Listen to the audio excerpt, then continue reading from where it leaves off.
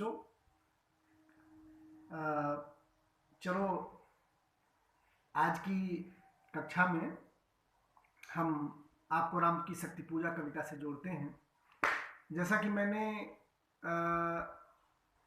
सुबह आपसे वादा किया था कि आपको वीडियो में मैं राम की शक्ति पूजा कविता पढ़ाऊंगा और उसके कुछ अंशों को पढ़ के सुनाया भी था। और अब वहीं से हम कविता शुरू करते हैं और कविता के अर्थ और उसके संदर्भ और व्याख्या से आपको जोड़ते हैं। तैयार है राम की शक्ति पूजा पढ़ने के लिए? निराला की कविता बड़ी कविता है, लंबी कविता है। इसके कुछ अंशों को, जो अंश कविता के मर्मस्थल हैं, महत्वपूर्ण हिस्से हैं, उन अंशों को हम आपके सामने रखें। रवि हुआ अस्त, ज्योति के पत्र पर लिखा अमर, रह गया राम रावण का अपराजेय समर आज का। ये पहला बंद है कविता का, माने सूरज डूब चुका था। रवि हुआ अस्त, सूर्य का यहाँ डूबना न केवल दिन के ढलने का प्रतीक है, यानी कि युद्ध क्षेत्र में जब युद्ध होते होते दिन भर का युद्ध समाप्त होता है, सूरज की ढलान के साथ ही हम जानते हैं कि दोनों तरफ की सेनाएं अपने अपने शिविरों को चल देती हैं। तो न केवल दिन ढल करके दिन समाप्त हो रहा था, बल्कि यहाँ पर रवि शब्द सूर्य वंश के प्रतीक के तौर पर भी आप उसको पढ़ सकते हैं। यानी कि जो सूरज, जिस सूर्य वंश में राम पैदा हुए थे, उसके ढलान का वक्त है, यानी कि वो ढल भी रहा है, अर्थात उसके पराजित होने या हो सकने की संभावना का संकेत इस ढलते सूरज के बिंब में निराला ने गढ़ा है, संकेत कर दिया। रवि हुआ अस्त, ज्योति के पत्र पर लिखा अमर, रह गया राम रावण का अपराजेय समर। ज्योति के पत्र पर, भाई पत्र का मतलब आप सभी जानते हैं चिट्ठी होता है। हालांकि पत्र शब्द संस्कृत में, हिंदी में पत्ता शब्द है उसका। जैसे आप संस्कृत में अनुवाद करते हैं कि वृक्ष से पत्ते गिरते हैं तो वृक्षात पत्राणि पतंति लिखते हैं, तो पत्राणि शब्द पत्तों के लिए आता है। तो पत्ता, पत्र, ये सब कागज और जो है पत्र कागज के लिए आया, चिट्ठी के लिए आया। सवाल यह है कि यहाँ किस चीज का पत्र है? ज्योति का पत्ता या पत्र है, ज्योति का, कागज का नहीं, या ये पेड़ पौधों की पत्तियों का नहीं दिख रहा है, बल्कि वो ज्योति का ही पत्र बना है। ज्योति माने जो सूरज की ढलती रोशनी होती है, उसी से पत्ता बना है, उसी का पत्ता हो और उस पर लिखा जा रहा है। तो ज्योति के पत्र पर ज्योति का कैसे पत्ता हो सकता है? ये देखिए छायावाद है। छायावाद में जो कल्पना है, छायावाद में जो सूक्ष्मता है, जो कि मैं बार बार आपको बीए द्वितीय वर्ष से ही छायावाद की प्रवृत्तियां पढ़ा रहा हूं, एमए प्रथम वर्ष में जम के पढ़ाया, तो आपको पता होगा कि जो कल्पना और सूक्ष्मता है, स्थूल के विरुद्ध सूक्ष्म विद्रोह छायावाद को कहते ही हैं। सूक्ष्म का मतलब जो बहुत मोटी मोटा ना बात कही जा रही हो, बहुत गूढ़ जाके बात कही जा रही हो। तो पत्ता अगर कागज का होगा या सचमुच का पत्ता पेड़ का होगा तो उसको आप छू सकते हैं, चख सकते हैं, सूंघ सकते हैं, ये हुआ उसकी स्थूलता है। लेकिन जब ज्योति का ही, रोशनी का ही पत्ता होगा तब क्या करेंगे? तो वो केवल महसूस कर सकते हैं, ये सूक्ष्मता है, यही छायावाद है। तो ज्योति के पत्र पर जब निराला लिखते हैं कि ज्योति के पत्र पर लिखा हुआ आज का जो युद्ध है राम और रावण का, जो ऐसा समर जो अपराजेय रह गया, अर्थात न राम जीते न रावण जीता, बराबरी का, जोड़ का तोड़ जिसे आप छूटना कहते हैं, वो जोड़ का तोड़ छूटता है। और ये बात कहाँ लिखी रह गई है? पत्तों पर। किस चीज के पत्तों पर? ज्योति के पत्तों पर। यानी कि सूरज गवाह है, सूरज की रोशनी गवाह है, वह ज्योति गवाह है कि आज राम और रावण के बीच कितना भीषण संग्राम हुआ और जीत हार का फैसला नहीं हो सका, अपराजेय रह गया वो समर, रह गया राम रावण का अपराजेय समर आज का। फिर युद्ध कैसे हो रहा था उसका जिक्र करते हैं। ये तो निष्कर्ष था कि आज युद्ध हुआ, युद्ध समाप्त हुआ और कोई नहीं हारा जीता, बहुत घनघोर युद्ध हुआ, ठीक है। लेकिन युद्ध हुआ तो युद्ध की क्रियाएं क्या थी? अब जरा क्रियाएं देखिए। बड़ा ही सामासिक काव्य भाषा, बड़ी सामासिक काव्य भाषा का प्रयोग निराला ने किया है। समास बच्चों वहां इस्तेमाल करते हैं जहां बात को बहुत लंबा न खींचना हो। समास और व्यास दो शैलियां होती हैं।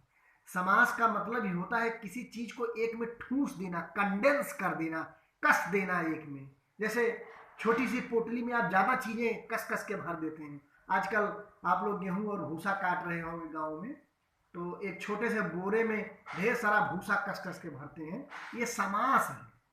लेकिन जब उसको खोल कर फैला देते हैं, ये व्यास है। तो व्यास और समास, व्यास का मतलब बात को बढ़ा चढ़ा के, माने लंबा खींचना, एकदम तार तार कर देना। लेकिन समास माने बहुत अर्थ को, बहुत ढेर सारे अर्थ को कम शब्दों में कस देना, उसको जो है समास कहते हैं। तो निराला ने यहाँ पर ढेर सारे युद्ध के पूरे कौशल को, युद्ध की पूरी त्वरा को, गति को, युद्ध के दौरान होने वाली हरकतों को बहुत कम शब्दों में जो है कंडेंस किया है, कस दिया है। उसको, उस शैली को जरा देखिए। इसी को मैं समाज शैली कह रहा हूं। तीक्ष्ण शर विधृत क्षिप्र कर प्रखर वेग, तीखा बाण, तीक्ष्ण शर माने चुभने वाला बाण, विधृत माने बेध देता है, क्षिप्र कर तेज हाथों से, तेज हाथों से, यानी कि ऐसा नहीं कि धीरे धीरे राम बाण निकालते फिर मारते हैं सुस्ती के साथ, नहीं, क्षिप्र कर, तुरंत बाण निकाला मारा, तुरंत बाण निकाला मारा, अर्थात तेजी से हस्त लाघव करते हुए दोनों तरफ के जो योद्धा हैं वे बाण मारते हैं और अपने प्रतिपक्षी की शरीर को तीखे बाणों से बेध देते हैं।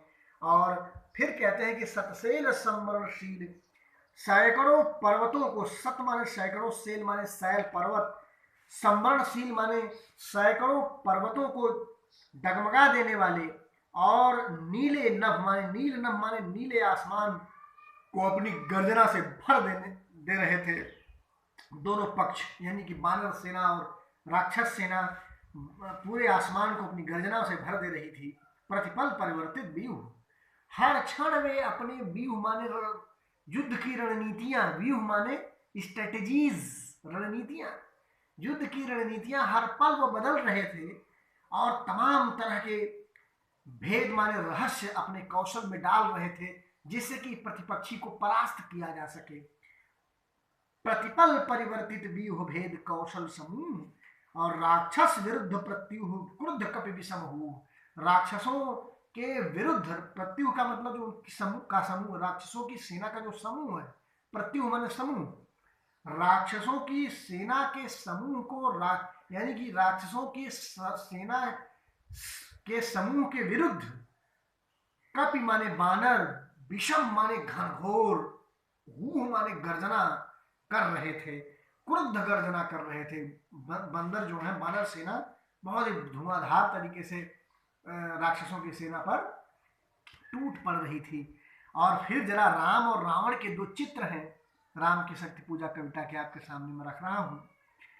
कहते हैं कि विच्छुरित वन्य राजीव नयन हत लक्ष्य बाण, राजीव नयन राम के लिए आया हुआ। बच्चों, राम का पर्यायवाची है। राजीव माने कमल, नयन माने आंखें, कमल जैसी आंखें हो जिसकी, बहुब्रीहि समास, कमल नयन कहा गया राम को। यानी राम के जो बाण हैं हत लक्ष्य हो जा रहे हैं।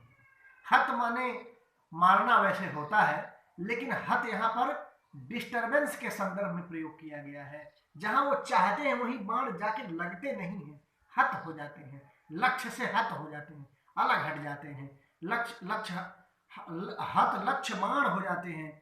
कौन? राम। और उससे राम के ऊपर क्या प्रभाव पड़ रहा है?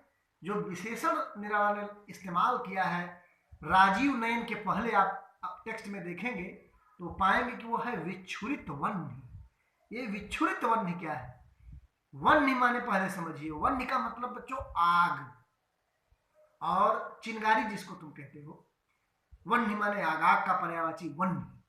और विच्छुरित का मतलब होता है छिटकना। जैसे आप साम धरवाते हैं छुरी में या किसी चीज में, तो वो जो गांव में आता है साम धराने वाला, ऐसे साइकिल पे लगा के चलाता है, तो जब वो छुरी लगाता है छट छट छट छट लुत्ती फेंकता है, जिसको आप चिंगारी फेंकना कहते हैं, तो वो जो चिंगारियां निकलती वो विच्छुरण है, चिंगारियों का विच्छुरण है वो। तो आंखों से राजीव नयन माने राम की आंखों से अग्नि विच्छुरित हो रही थी, चिंगारियां फेंकी जा रही थी, यानी कि वे काफी क्रुद्ध थे और बहुत ही डिस्टर्ब थे, यानी युद्ध में उनका निशाना सही जगह नहीं लग रहा था, परेशान थे। ऐसी दशा में जरा रावण का चित्र देखिए। रावण के लिए निराला ने लोहित लोचन विशेषण का प्रयोग किया। लोहित लोचन रावण मदमोचन महीयान। रावण लोहित का मतलब लौह से युक्त लाल, जैसे लोहा लाल हो जाता गर्म होने पर, उस तरह की लाल आंखों से। यहाँ पर एक तामसी वृत्ति का एहसास निराला करवाते हैं इन शब्दों के प्रयोग से। और रावण बंदरी सेना का, बानर सेना का या रामा दल का मद माने जो गर्व है, जो स्वाभिमान है, उसको कुचल देना चाहता, मद मोचन, उनके मद को कुचल देना चाहता है और कुचल रहा है। और ऐसा लगता है जैसे वो पूरी धरती को ही यान बना लिया। मही यान का मतलब जैसे वो पूरी धरती को ही अपना रथ बना लिया हो और समस्त बानर सेना को कुचल रहा था, उनके मद को मोचित कर रहा था, यानी कि मद को, यानी कि उनके गर्व को कुचल रहा था। राघव लाघव रावण वानर। राम बड़े लाघव से, लाघव का मतलब बच्चों, लाघव का मतलब होता है कौशल, कलात्मकता।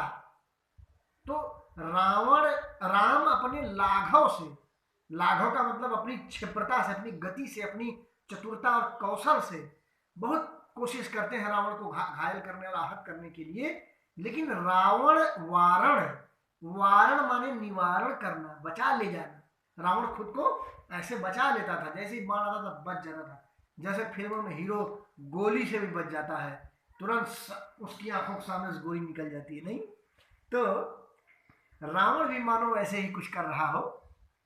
और गत जुग्म प्रहर, इस तरह से राम के लाघव और रावण के बचाव की चेष्टाओं के बीच, गत माने बीत गए, युग माने दोपहर माने पहर, दोपहर की लड़ाई बीत गई, लेकिन रावण का कुछ बिगाड़ नहीं पाए राम।